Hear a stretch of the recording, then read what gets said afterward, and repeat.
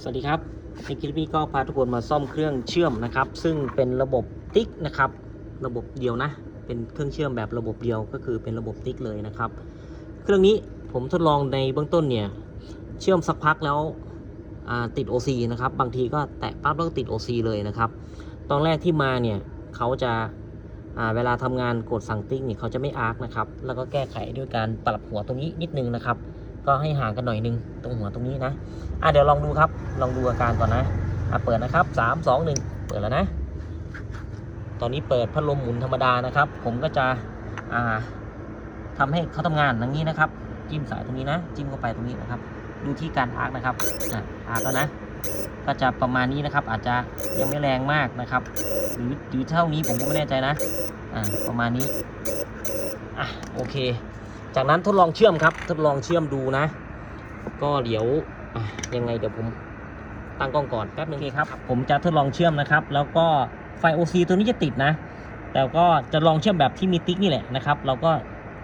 อย่างนี้เลยนะครับอย่างนี้เลยนะนี่ครับเนี่ยติดละประมาณนี้นะครับแล้วก็ติด OC นะบางทีจิ้มปั๊บแล้วก็ติดเลยบางทีก็ลากได้นิดนึงเมื่อกี้ถือว่ายาวมากนะครับยาวมากแล้วนะลองปิดดูก่อนนะครับตัวนี้อาจจะเกี่ยวกับตรงไหนคราวนี้เราจะตรวจยังไงดูนะครับก็เดี๋ยวผมจะให้ติ๊กนี่เขาหยุดการทำงานก่อนนะครับเราก็จะ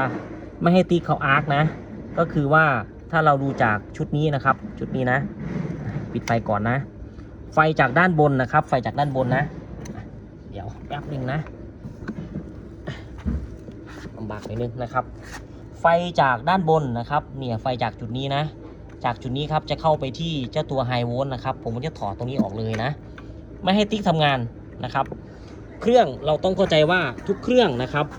จะพื้นฐานเนี่ยก็น่าจะเป็น MMA ก่อนนะครับ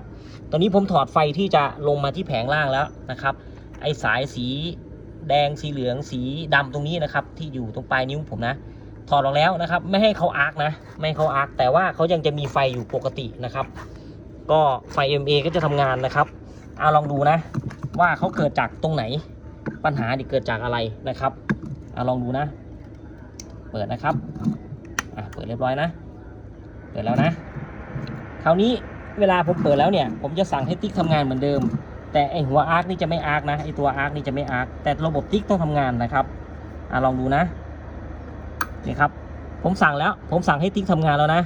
แต่ว่าเราไม่ได้เอาไฟ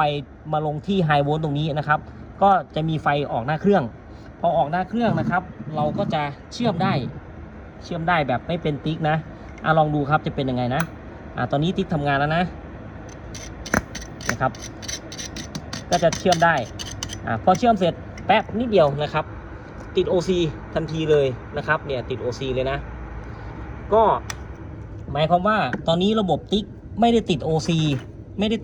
จากระบบติ๊กแต่ติด OC จากระบบหลักเลยนะครับระบบหลักเลยอาจจะเป็นชุดแผงตั้งตรงนี้ที่มีปัญหาชุดแผงตั้งชุดป้อนกลับหรือไม่ก็เป็นหม้อแปลงนะครับหม้อแปลงที่มีปัญหาคราวนี้เราก็ต้องลองดูครับลองถอดหม้อแปลงออกถอดออกทีละลูกนะเดี๋ยวผมถอดออกก่อนแล้วเรามาเชื่อมกันดูนะครับถอดออกแล้วนะตรงนี้คือหม้อแปลง2ลูกนะครับก็คือหม้อแปลงจะมีสาย2เส้นก็คือสีดำตรงนี้นะครับส่วนสีแดงเนี่ยเขาจะคอมมอนกันมันเวลาเราลองก็คือเราลองหม้อแปลงทีละลูกครับลองทีละลูกนะเอาใส่เข้าไปเลยนะครับเราลองทีละลูกนะ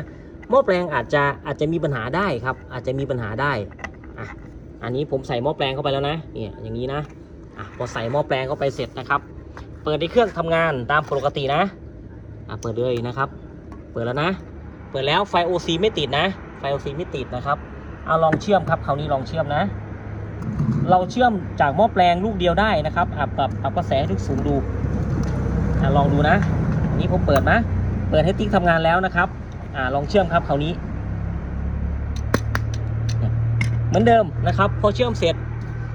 ติด OC นะครับติด OC นะปิดก่อนคราวนี้เหลือหม้อแปลงอีกลูกหนึ่งหม้อแปลงตัวนี้อาจจะเสียก็ได้เป็นไปได้ครับหม้อแปลงตัวนี้อาจจะเสียแล้วก็ใส่หม้อแปลงตัวนี้เข้าไป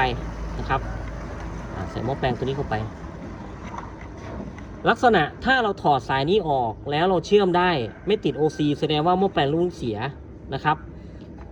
คราวนี้เราลองอีกลูกหนึ่งครับเหมือนเดิมครับไฟ OC หายไปแล้วผมปิดสวิตช์หน้าเปิดนะครับเปิดแล้วนะเปิดแล้วสั่งให้ติ๊กทำงานครับกดตรงนี้นะติ๊กทำงานแล้วลองแตะเชื่อมดูครับแรงขึ้นแรงขึ้นนะแล้วก็ติด OC เหมือนเดิมแต่ว่าแรงขึ้นนะเชื่อมได้พักหนึ่งแต่ก็ติด OC ก็แสดงว่าอาจจะไม่เกี่ยวกับหม้อแปลงหรือหม้อแปลง2ลูกนี้เสียก็เป็นได้อาการนี้นะครับแต่ส่วนมากเท่าที่เจอนะถ้าเราถอดหม้อแปลงลูกใดลูกหนึ่งออกไปแล้วนี่ก็ใช้งานได้ก็แสดงว่าหม้อแปลงเสียลักษณะนี้ผมสันนิษฐานว่าหม้อแปลงอาจจะไม่เสียครับเพราะว่าเขามี2ลูกก็เอาอย่างนี้ไปก่อนหม้อแปลงอาจจะไม่เสียนะคราวนี้ถ้าหม้อแปลงไม่เสียแล้วเกิดอะไรขึ้นเราจะมาดูตรงไหนคราวนี้เราก็ต้องมาดูชุดป้อนกลับครับชุดป้อนกลับชุดนี้เนี่ยชุดป้อนกลับชุดนี้นะครับแล้วก็จะวิ่งเข้าที่เจ้าตัวแผงตั้งครับก็เดี๋ยวต้องถอดแผงตั้งดูนะครับง่ายที่สุดคืออาจจะลองเปลี่ยนแผงตั้งไปดูก่อนนะครับเพื่อจบปัญหาดูก่อนนะเพราะว่าหลักๆนี่อาจจะอยู่ในแผงตั้งครับโอเคมาต่อกันนะครับหลังจากที่ผมเปลี่ยนเจ้าตัวแผงตั้งเรียบร้อยแล้วนะครับแผงตั้งแบบนี้นะครับขาที่มากับตัวจริงๆเขานี่สั้นมากนะครับวิธีการถอดก็คือต้องตัดขาตัวนี้ออกไปเลยนะครับก็ปกติผมจะไม่ได้ตัดนะผมก็จะบัดกรีออกนะครับตอนนี้ตัดเลยนะครับแล้วก็เจ้าตัวแผงตั้งตัวใหม่เปลี่ยนไปเรียบร้อยแล้วนะครับคราวนี้ลองดูครับไฟ OC จะอยู่ตรงนี้นะสีแดงๆตรงนี้นะครับเดี๋ยวเราลอง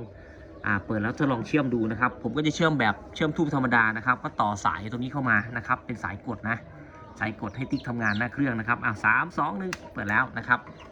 จะติด OC อยู่เหมือนเดิมไหมก็เดี๋ยวโฟกัสไปที่ชิ้นงานนะครับผมก็จะจิ้มไว้อย่างนี้นะครับจากนั้นก็กดตรงนี้เลยนะครับ3 2 1กดนะครับ3 2 1ไม่ติด OC นะครับ OC อยู่ตรงนี้นะไม่ติด OC นะ3 2 1ปิดหน่อยนึงนะครับ3 2 1ครับเรากดค้างไว้ก็ได้นะครับประมาณนี้นะแล้วกดปุ่มค้างไว้ปื๊ดนะครับให้ติ๊กทำงานนะก็กลายเป็นเครื่องเชื่อมปกติได้นะครับโอเคสรุปแล้ว